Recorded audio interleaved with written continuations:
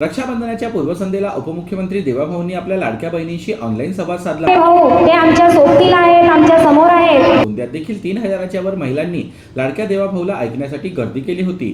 मध्य प्रदेश राज्याच्या धर्तीवर महाराष्ट्रात देखील 1 जुलैपासून लाडकी बहीण योजना अंमलात आली असून रक्षाबंधनापूर्वी गोंदिया जिल्ह्यात देखील 2,85,000 महिलांचे अर्ज पात्र झाले असून मोठ्या प्रमाणात गेल्या 2 दिवसात लाडक्या बहिणींच्या खात्यात देखील पैसे जमा व्हायला सुरुवात झाली असून आज देवाभाऊंनी आपल्या लाडक्या बहिणींशी संवाद साधत दिलेला शब्द पाळल्याचे सांगत तोपर्यंत तुम्हाला या योजनेचा लाभ मिळणार असल्याची हमी दिली। तर महिलांनी देखील देवाभाऊचे आभार मानले आहेत। आज आपण बघितलं असणार की हजारों महिला इथे उपस्थित होत्या आणि आपल्या लाडक्या भावाला या लाडक्या बहिणी भेटायला इथे आलेल्या आहेत। आज पूर्ण महाराष्ट्रात हा कार्यक्रम झाला आणि देवाभाऊंनी जो संवाद आपल्या बहिणींशी साधला आहे त्यामुळे आज सगळ्या बहिणींना फार आनंद झाला आहे, कारण देवाभाऊंनी जे वचन दिलं होतं ते वचनपूर्ती आज इथे झालेली आहे। कारण सगळ्यांना सांगितलं होतं की लाडकी बहीण योजनेअंतर्गत त्यांना 1,500 रुपये महिना हे मिळणार आहे आणि खरंच आनंदाचा त्यांच्यासाठी दिवस आहे, कारण त्यांना आज त्यांच्या खात्यामध्ये हे 3,000 रुपये सगळ्यांना पोहोचलेले आहे। काही महिलांचे नसेल आलेले ते सुद्धा आता सप्टेंबर महिन्यात येणार आहेत।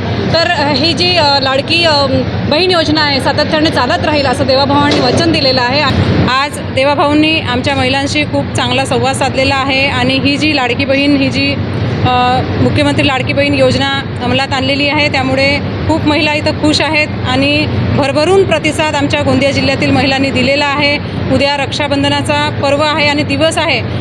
आमच्या जिल्ह्यातील महिला ह्या आपल्या भावाच्या घरी जाणार होत्या, पण आपल्या भावाच्या घरी आम्ही नंतर जाऊ, पण आमचे जे हिताचे भाऊ आणि आमचे सख्खे भाऊ देवाभाऊ आज आमच्याशी संवाद साधणार आहेत आणि ह्याकरिताच आमच्या गोंदिया जिल्ह्यातील सर्व महिला भारतीय जनता पक्षाच्या आणि इतरही आमच्या महिला ह्या मेळाव्यामध्ये उपस्थित झाल्या।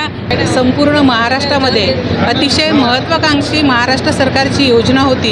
या महाराष्ट्र सरकारच्या योजनेच्या अनुषंगानं महाराष्ट्रातील सर्व बहिणींनी आपल्या लाडक्या देवाभाऊशी संवाद साधला आणि त्या अनुषंगानं आज गोंदिया जिल्ह्यामध्ये भारतीय जनता पार्टी महिला मोर्चाच्या वतीनं हा कार्यक्रम आयोजित केला गेला होता आणि या कार्यक्रमामध्ये हजारोच्या संख्येने ज्या अंत्योदय म्हणजे समाजाच्या शेवटच्या घटकातील महिला आहेत, ज्यांना खरंच 1,500 रुपयाची किंमत कळते, समाजातल्या आर्थिकदृष्ट्या दुर्बल घटकातील महिलांना जेव्हा 1,500 रुपयाचा जो फायदा झाला आणि त्या 1,500 रुपयांनी त्यांच्या संसाराला जो हातभार लागणार आहे, या सर्व महिला अतिशय उत्स्फूर्तपणे या कार्यक्रमामध्ये सहभागी झाल्या आणि त्यांनी देवाभाऊंना अतिशय मनपूर्वक धन्यवाद दिलं, त्यांना आशीर्वाद दिले। बिलकुल महिलांना प्राधान्य द्यायलाच पाहिजे। 50% आरक्षण आहे आणि आज आपण बघत आहोत की लाडक्या बहिणीच्या माध्यमातून लाडक्या बहिणीला जर विधानसभाची तिकीट दिली तर ती लाडकी बहीण अजून आनंदात राहील आणि सेवा करायला नेहमी तत्पर राहील।